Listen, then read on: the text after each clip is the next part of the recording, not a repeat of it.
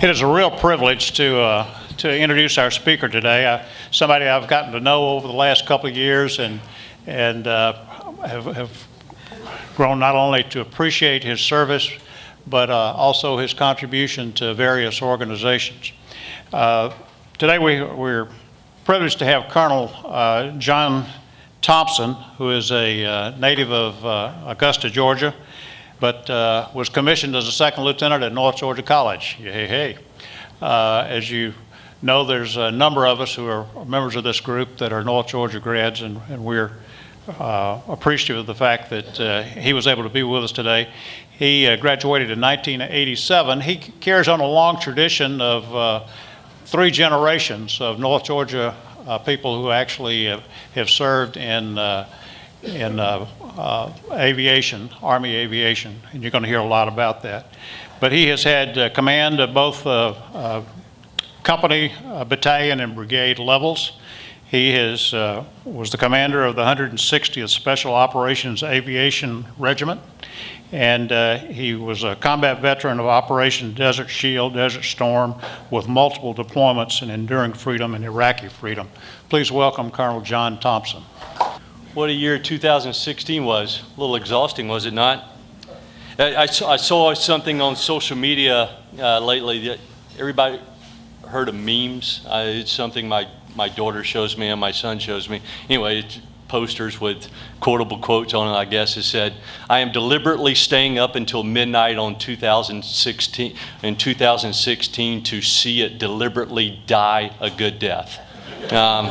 And I thought that fitting because it does seem somewhat exhausting, both from on a world stage, on a federal stage, and even on a family stage, if you will. We're still recovering from 2 weddings, getting out of wedding debt. My son and my daughter were both recently married in late 15, so I've spent the majority of 16. We'll spend a little bit of 17 recovering from that.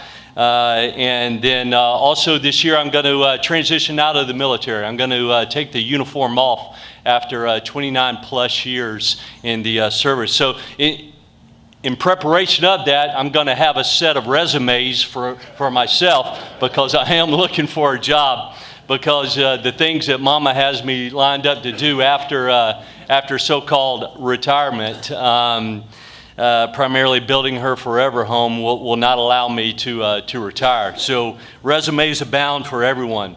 So 29 years, half of it in the on the conventional side, half of it in the special operations side, and I'll go over that in a little bit of detail. But I asked John Douglas if I could come and speak, and usually, it's the other way around. People, seek out speakers. Well, in this case, I sort of sought out this group, because who wouldn't want to come to speak to a bunch of warriors, to a bunch of men and women who have plowed the ground that my generation enjoyed since the late 80s all the way up until now. And I am both directly and indirectly connected to your generation. John mentioned I am the second generation of 3 generations of Army aviators. My dad graduated from North Georgia in 1962. I graduated in 1987. And then my son recently graduated in 2014, and he is a Black Hawk platoon leader up in the 82nd Airborne, doing great things up there. So when I asked John to speak, he goes, "Well, what do you want to talk about?" And I'm like, "Well, I can talk a lot. I can talk a lot about a lot of things." And he goes, "Well, can you talk about a couple of things, related to your career?" And I'm like, "Absolutely." But instead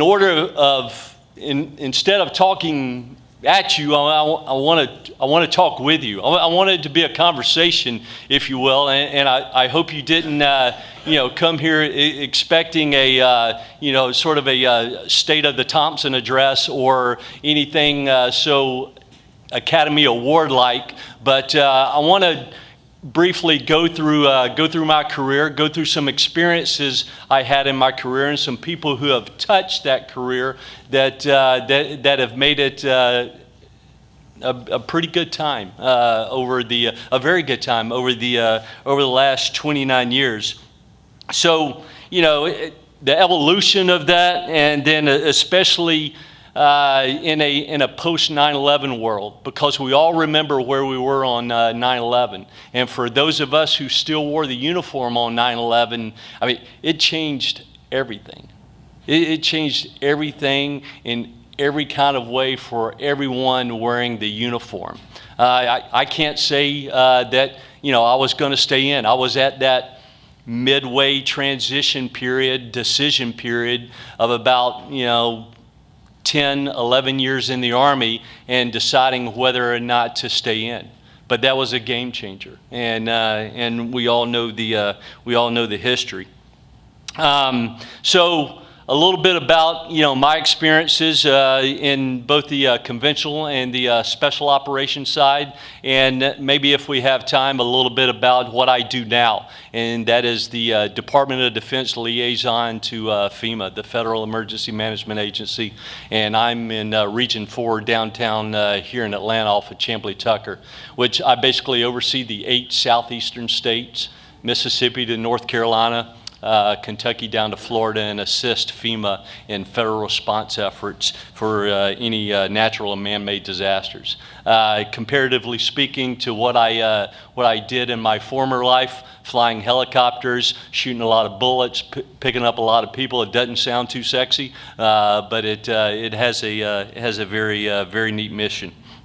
I'm not here in an official capacity, although I'm still wearing a uniform, okay? So, and I know there's a camera which makes me extremely nervous in front of me, and so I even had to sign a piece of paper. So, any good lawyers here, I may need a lawyer afterwards if they threaten to throw me in jail from what I say. But no, solely my opinions, and again, I'd like it to be more so of a conversation. So if you want to ask a question or beg to differ, please throw your hand up or throw something at me. My reflexes are still pretty good that I can be able to dodge that. So 1965, born at Fort Rucker, and please don't get nervous. I'm not going to cover every step of my entire life up until then, but that means something. All right. So obviously I'm a military brat at Fort Rucker, Alabama. Dad had just returned from his first tour in Vietnam with the 120th Aviation Company, the Deans, flying H-21s, the old banana boats in the earlier days, flying Arvin around. So 2 years later, I tragically become a Gold Star son. 1967 on Dad's second tour, flying with Bullwhip Squadron, Charlie 19, the old Apocalypse Now Squadron, Charlie Don't Surf. And he was flying Huey gunships and was shot down on that particular day over the Sangre Valley. So fast forward roughly 16 years, and Mom asked me what I want to do with my life. I'm 16, 17 years old, playing football at Westside High School in Augusta, Georgia, and, drinking a beer or two. I'm like, that's what I want to do, That sounds good to me. And she goes, no, not so much. So she hands me this letter. And it's a 4-page letter, and it's addressed to Master John W. Thompson in care of Hilda Thompson, my mom. And it was a letter from Dad, and he wrote it to me on my second birthday. And I won't go through every word of it, although I pretty much have it memorized because I use it to reaffirm or re-engage my thoughts and my self-discipline, if you will, whenever I get in a But in it, he basically said, whatever you do, ensure that man benefits from your labor. And that was basically the summation of the letter. And, you know, again, 17, 18 years old, I read the letter, and at the time I said, wow, that's pretty cool. Yeah, so I folded it up and, you know, sort of put it away. But she said, this is yours now. You need to hold on to it. So senior year in high school, I blow my knee out because I wanted to go to Georgia Southern and play for Irk Russell, who had just left, you know, University of Georgia, and play with the big farm boys down there. I blow my knee out, end of football career, possibly end of, you know, any type of service and all that. So she goes, I want you to go to this little school up in North Georgia. So I said, all right. Well, they yell at me. They strip me down to my underwear and t-shirt, and they shave my head, you know, and they yelled at me for about a year. And then I guess eventually the brainwashing took effect. This thing called the military, and believe me, for you North Georgia grads, y'all know that is about as close to the military as, sometimes it's even more military than the military actually is. But the brainwashing took effect. And by the good graces of the good Lord and some stiff boots up in the fourth point of contact, specifically by a man named Gerald Lord, who many of you may know, who was my commandant at the time and also a classmate of my dad's, you know, put me on a path to serve in this great nation. Okay, and not only that, I still swear, although he denies it, that he got me aviation branch, because in no way, shape, or form did my grade point average deserve any aviation branch. But so he got. I'll credit Colonel Lord with my aviation. Flight school, great times. I'm just having a blast, and I meet this man by the name of John Gavan. I'm named after John Gavan.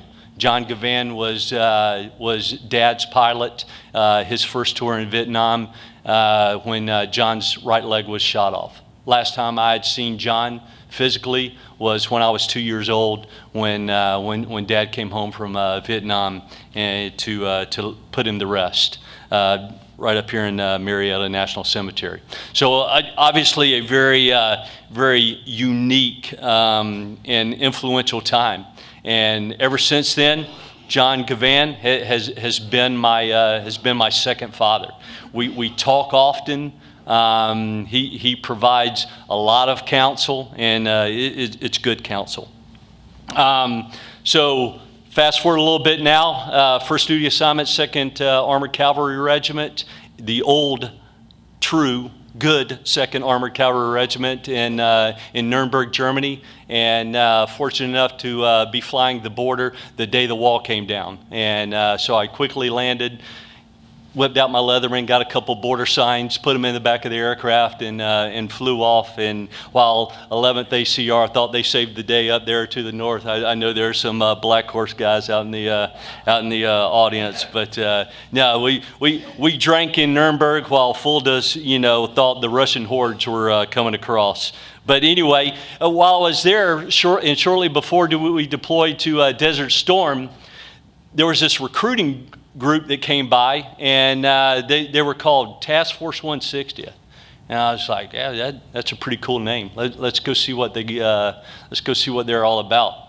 So we walked in, and this captain and this warrant officer came in, and the first thing I noticed, freaking gargantuan mustaches. Now it's like, oh yeah, that's where I'm going. So I can grow me a gargantuan mustache, but I don't know how they operated with all that stuff on it. But like a true Cav guy, you know, they had the handlebars and all that, and I thought, what a great organization based on mustaches alone, you know, that I quickly need to be a part of. Well, went to Desert Storm, did that in the 2nd ACR, came back and went to the Armor Officer Advanced course, thinking I was a true combined arms officer that knew everything: artillery, tanks, aviation, Air Force, integration, I was it, okay? Go to Fort Knox, Kentucky. They say, here's your first test point, 8 hours long. Be done in 45 minutes tops. 7 hours and 59 minutes later, I'm not even 2/3 of the way through it. And I'm like, I just failed out of the Armor Officer Advanced course. But it wasn't that way. It was a great course, and I learned a tremendous amount.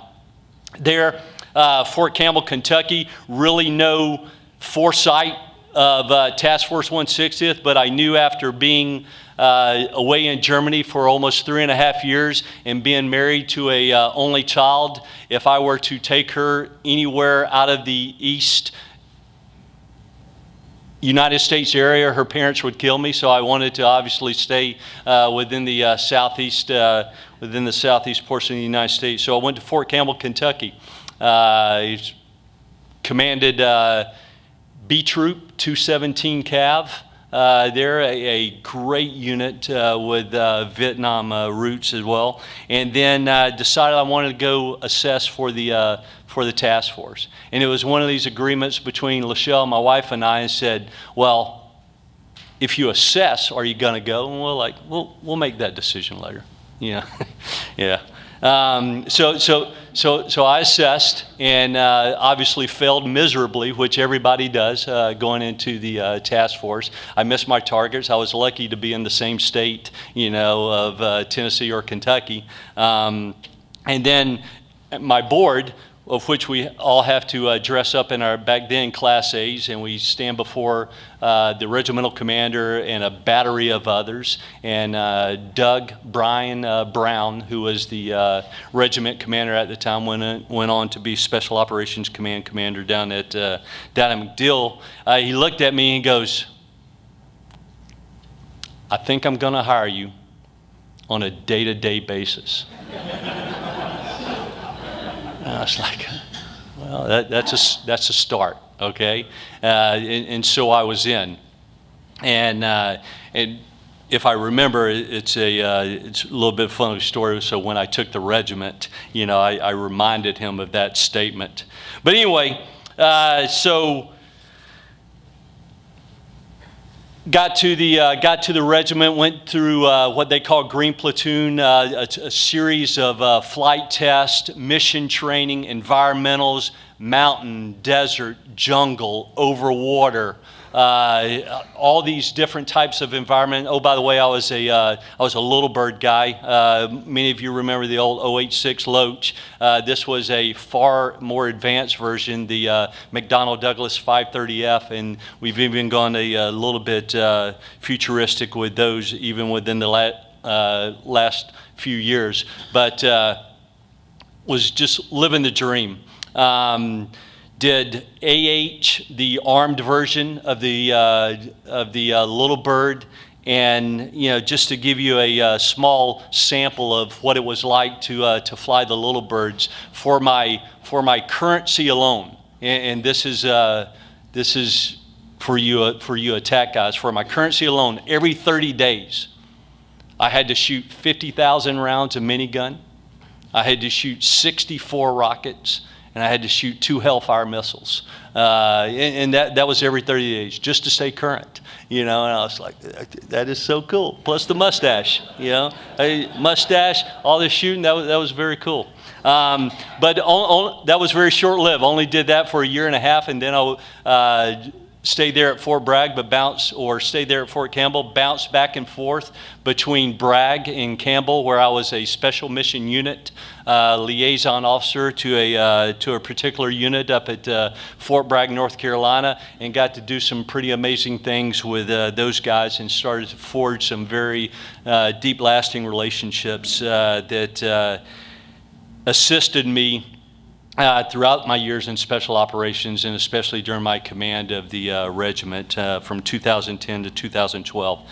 Was asked to command the Little Bird Assault Company. So no guns, but planks on the outside where guys physically rode on the outside. Stupidest thing you ever seen in your life, but it was a very effective way of putting guys in very tight places. You probably seen some of it highlighted in the movie Black Hawk Down. where we would go into very small type places to either extract or infill the soldiers. So got to do that before I went off to Commanding General Staff College. Commanding General Staff College, greatest year you ever had, besides the War College. Was one of those guys that, hey, you need to get your master's. Well, why do I need to get my master's? I see all my friends living in the basement, every Saturday and Sunday. Sorry, sir, I didn't get my master's. and didn't want to spend that time, so didn't want to go to Sam's. After 6 straight years of being in the regiment, being gone for the majority of that, I wanted time to reconnect with my family. So I did that. Came back to Fort Bragg in the Joint Special Operations Command, where I had the pleasure of working for some phenomenal heroes like Bill McCraven and Stan McChrystal, and got to do some pretty interesting things in building a special operations enterprise that has been nothing but flourishing for the past 15, 16 years. And to be a part of that was truly an honor. One particular time, General McChrystal came up to myself, a ground guy, and one of the other ground guys who they swim a lot, if you will, and he said, I want you to go over to this country, and I want you, to start forming these relationships. And it wasn't a nice country, and I'm like, hey, okay, I'm a helicopter pilot, I'm not a ground guy, but I tell you, it was a phenomenal experience, and the guy that I had targeted was the wrong word. The guy that I was associated with was actually 2 flight school classes ahead of me at Fort Rucker, Alabama, back in 1987 and 1988. So relationships, past experiences mean tremendous amount, especially in that type of, I want to say conflict, but that, when you're fighting a counterinsurgency, of which y'all lived that, for the better part of 10 to 15 years. Relationships matter, and that's what we were out to do in numerous countries across the globe, and some directly affecting the Iraq and Afghanistan conflict. So got to spend a good bit of time at Fort Bragg doing some great things, and traveling and being around some pretty neat people. I say I was unfortunate, but I don't consider it unfortunate at all. But some of my peers got to stay within the special operations community, but yet I got selected to command back in the conventional world. And so I got to go back to the Air Cav. I went out to Fort Carson, Colorado, commanded the 4th Squadron, 3rd Armored Cavalry Regiment under H.R. McMaster, who I was with Captain McMaster in the 2nd Armored Cavalry Regiment, and here we were together. And if you don't know him personally, or if you ever heard, those wild and crazy things about him, all that and much more is absolutely true. The guy is just a nut bag full of nuts, but he is a brilliant nut bag full of nuts. And that is why he's in the position that he's in, to figure out what the Army should look like 25, 30 years from now. And he's just the man to do that. So 3 years, back-to-back tours in Iraq. One was up in Mosul. Y'all know what's going on in Mosul right now, in a little town to the west of that called Talafar, and it's the next major metropolitan area between Mosul and the Syrian border. And then my follow-on tour, my 15-month tour after that, was up in Kirkuk, which in the so-called Kurdistan area. And I will tell you, from a Kurdistan, of which officially there is no Kurdistan, but the dichotomy or the difference is distinct from how Kurdistan runs their neck of the woods, so to speak, and how the Iraqi central government runs their neck of the woods, so to speak. We could learn a lot from Kurdistan, and so can the Iraqis as well. Okay, so that War College, second greatest year of your life. Got to do some great reflection. They talk about, opening up the periphery and learning about not only other services, of which I had been a member of the joint community off and on for the last 10 years. That wasn't hard, but we had these things called civilians in our classes. Department of State. We had some CIA people. We had several other interagency type people, and the appreciation that you gain from not only their perspective of the military and our perspective of their part in the global way of doing things is vast. And no wonder we have such a hard time of doing anything collectively and comprehensively. It is hard. Democracy is hard. And I was harking back to a former boss of mine, Peter J. Schoonmaker, who was a commander there at Fort Bragg, SOCOM commander, and then Chief of Staff of the Army, of which President Bush brought him out of retirement. And he's the kind of guy who would just frustrate the ever-loving mess out of a politician, and love doing so. And we would talk about, how that works. And he was like, well, it's not supposed to work. That's the beauty of it. There's this human interaction.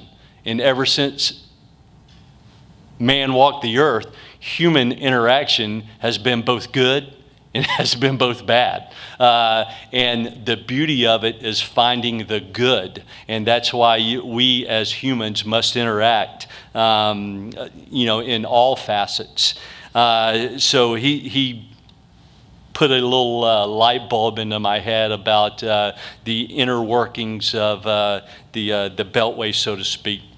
So I got to the regiment. Well, anyway, let me back up a little bit. Came back, a little time check. I'm doing good, sir? Came back on my way back from the 15-month tour. Got a call from General Mulholland, the Army Special Operations Command commander, and said, "You were selected for the regiment." This is a different board, separate from command boards, and a special mission unit board. And I was like, "There's no way." I didn't command a battalion, and I've been out of that regiment for quite some time. Quite some time, but back and forth within the community. And I didn't believe him so much so that I made him confirm my Social Security number. He didn't like that. He didn't appreciate that. So I was making friends already, coming into the command. Took command first day. I had people lined up outside my office with all kind of problems. And you would think special operations, there are no problems in special operations, nothing but good stuff. Hey, I'm going down range, okay? I'm going to go back to the tip end of the spear on the business end and lead from the front. No. That wasn't the case at all. And it was a rude awakening as to the interaction that I would have to have as a 06 one-of-a-kind unit commander to not only defense industry, but to medical type people, to political type leaders that I had heard of, but really didn't grasp the true meaning of until that day one. So I had all these guys in my office, and they were some pretty pressing issues. First issue was, hey, we got an issue with our 47s. And matter of fact, we've had a couple of incidents downrange, and we've lost some guys. Okay, so what do I need to do? Well, this is who you need to call, and it was like 2 or 3 under the president of Boeing. I'm like, sure, no problem. I do that all the time. I'm like, what, are you kidding me?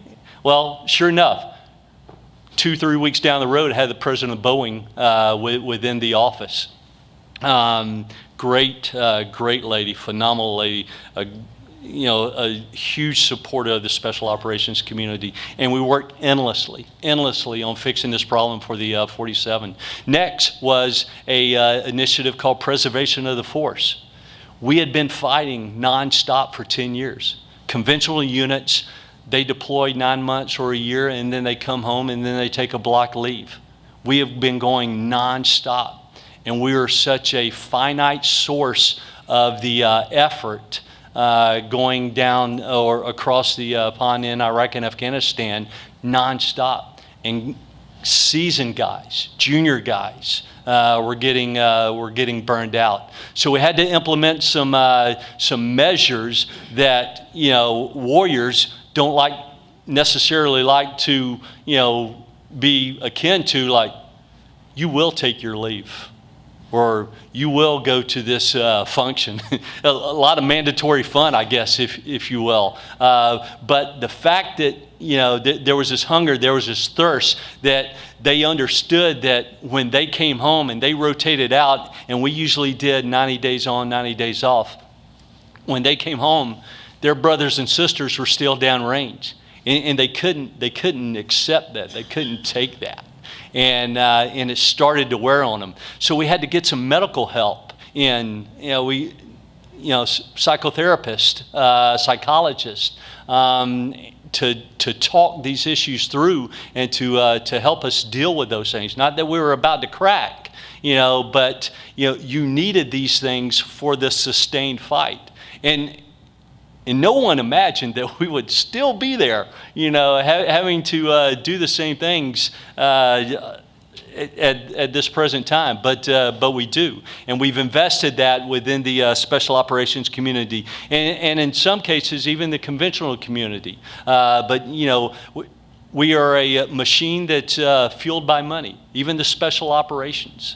Okay? And special operations get their men and women from the conventional force. So you need that for the entire force. And we've done a very good job. Some say not so good. Some say we need to do better. We can always do better. But with what we've had, we're doing a great job. Operational issues, with the modernization of all our aircraft. We had the Chinooks, we had the Blackhawks, we had the Little Birds. They're not really Chinooks, Blackhawks, and Little Birds. We strip them down. We put everything, that got bling on it, and whistles and bells, and can do a lot of things on it. And it takes a long time to modify these aircraft. And sending these aircraft to all parts of the world, Philippines, Indonesia, Iraq, Afghanistan, wears on an aircraft. So that refitting of that capability is quite expensive. And we also had to refit the people as well. I say we suffered. We averaged a 10% attrition rate through either retirement or people who just were at the time that they couldn't produce anymore. And we all had the tough skin. Most of us had the tough skin to say, hey, I'm not producing anymore. It's time for me to leave. And we did that. We did that quite successfully. 2 missions I'd like to cover that sort of highlight or epitomize what special operations aviation is all about. I had the, is this thing? There we go. So this is just a smattering of some aircraft examples, but you all probably remember this. April of 1980, Operation Eagle Claw, otherwise known as Desert One, and this was our genesis. This was Special Operations Aviation genesis of the Holloway Commission that said we need a singular capability to support a multi-service special operations capability to conduct missions around the globe on no notice. Plenty of Plenty of guys still walking the face of the earth today, true heroes, Fred Arugi, Pete Schoonmaker. This was led by Charlie Beckwith, the first commander of the unit there at Fort Bragg. But several great guys that are still walking around today. So several decades, years of evolution. This is pretty much what we look like today. Up left is a MH-60 Mike, a Black Hawk helicopter. That funny looking thing sticking out the front of it is a aerial refuel probe to where we don't have to physically land. We can go tap into a C-130 and get some gas up airborne on the initial days of Afghanistan as we came up out of the north, out of Karshikanabad in Uzbekistan, across the Hindu Kush to infiltrate initial forces into the north. And as we came up from the south off the USS Kitty Hawk, across a little stretch of Pakistan up north of Kandahar, that was a phenomenal aircraft that got all the soldiers to their location. The MH-47, what a workhorse. Most people use, and doctrinally, most people understand 47s as resupply or not going forward of the core resupply line in doctrinal terms. We use this as an assault aircraft. We put guys right on the X on this aircraft in both Iraq and Afghanistan and in other obscure places around the world. What a phenomenal aircraft, what a capability. I think we still hold the regiment still holds the Guinness Book of World Records of nonstop flights in an Army aircraft for the MH-47. The funny looking thing up on the right is a armed Black Hawk, first introduced in Desert Storm, a defense armed penetrator. Basically a Black Hawk with a lot of bullets, a lot of rockets, a very capable aircraft. Obviously, it has the fuel endurance to get the mission done.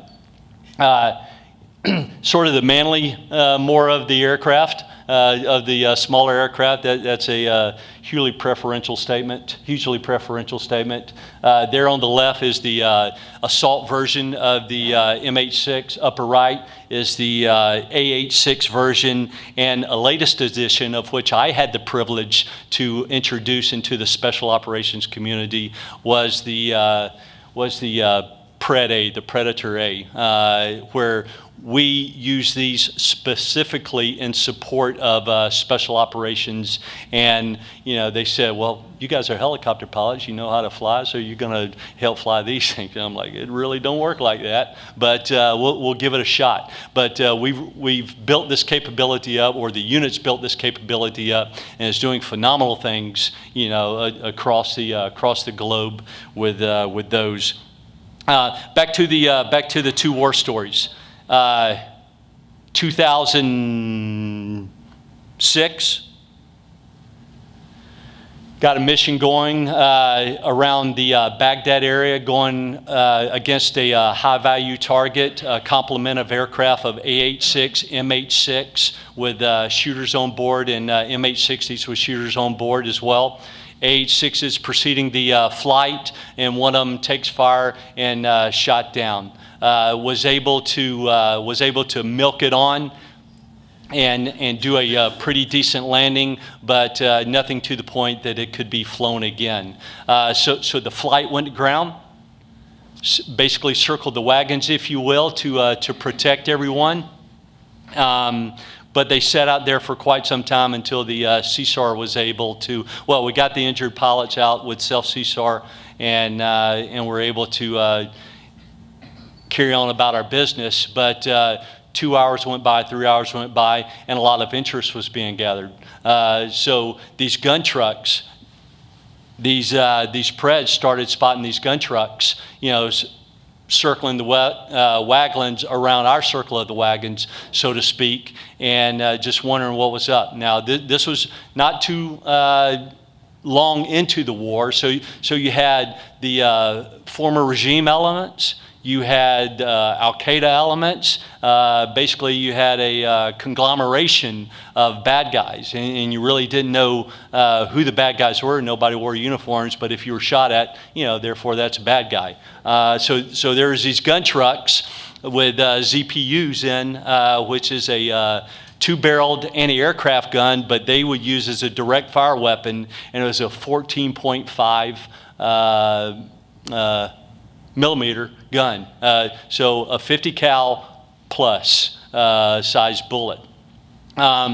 So this one, the other gunship basically takes off and starts to report on the ground unit, or starts to report on the enemy force, and the ground unit gives us a green light to take these guys out.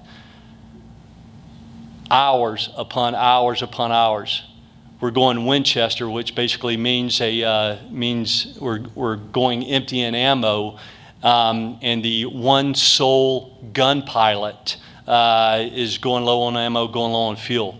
So what's he do? He does an RTB back to his station. He lands by the crash little bird, transloads that ammunition, siphons the gasoline out of that aircraft into his to get back up and do this time and time and time again.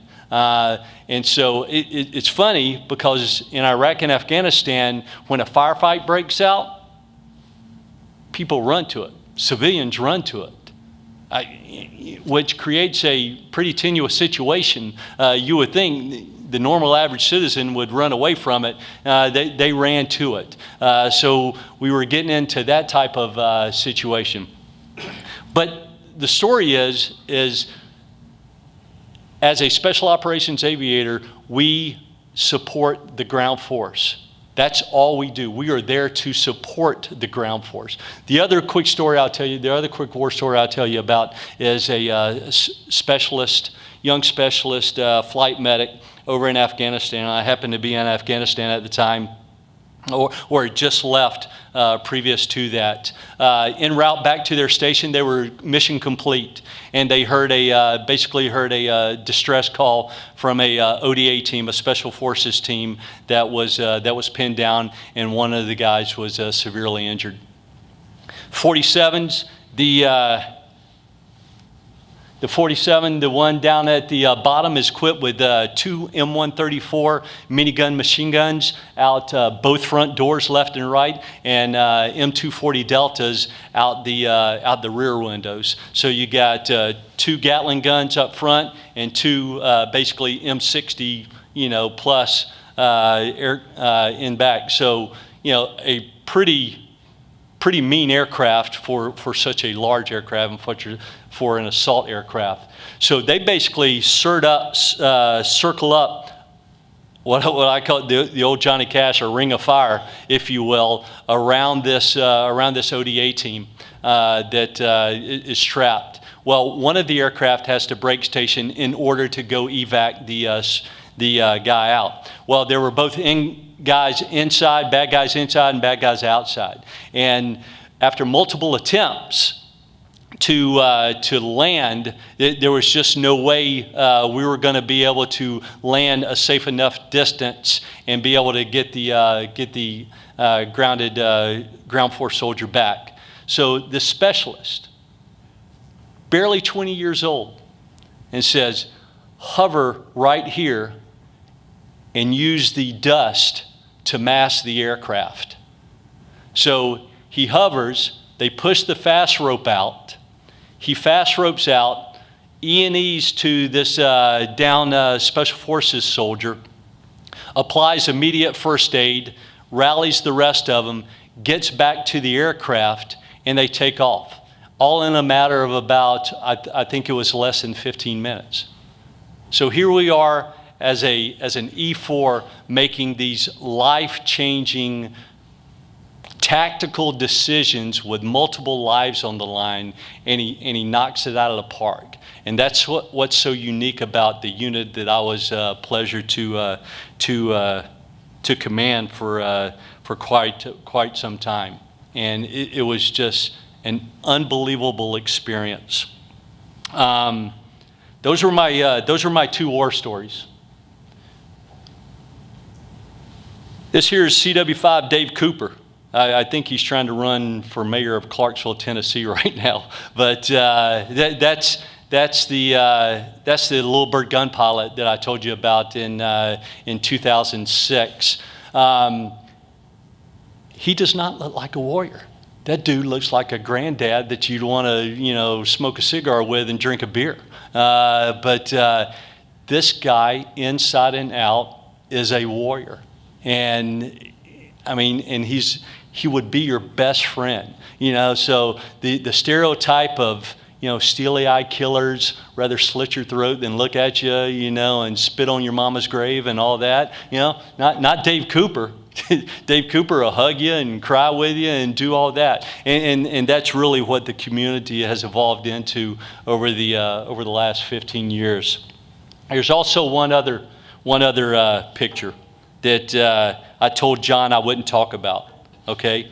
But this is a picture that post a particular mission that I was fortunate enough to take part in and give our commander-in-chief a token of our appreciation. And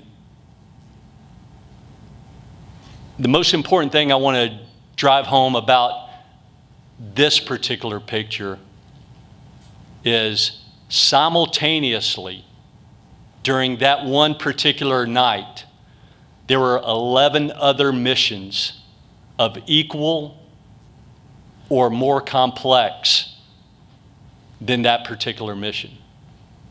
And you'll never, ever hear of that. But the guys and gals who did those missions were as equally heroic, were as equally brave, and they do it day in and day out. And that's what's so great about serving in Special Operations Aviation and in this unit, but not just Special Operations Aviation, but the United States Army as well. My time in the Army is coming to a close, as I said, in about 6 months time frame, and I have had a blast. It is time for me to pass the mantle, just like y'all passed the mantle to me. Thank you for what you did. Thank you, families, for the pain and the suffering that you went through. I put my family through that very selfishly at times, but they understood that it wasn't a picnic. They understood it was more of a calling, and it became a calling for us all. And because you answered the call, I answered the call. And because I answered the call, my son answered the call. And that will be endless for generations to come. God bless you. Thank you very much.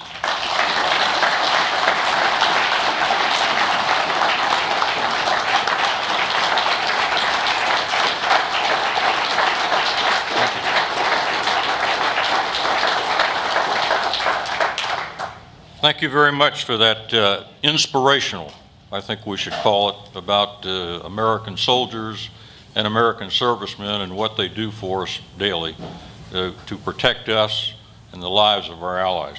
John, we'd like for you to present this to you. It's a paperweight, the Vietnam campaign ribbon. I hope it will remind you of today as well as your distinguished father, who we were proud to serve with. Thank you, sir. One other thing, a book here called AWOL about the, quote, unexcused absence of America's upper class from military service. Let's just say they call themselves the upper class because they don't serve. I consider them the lower class. Thanks for being part of the upper class.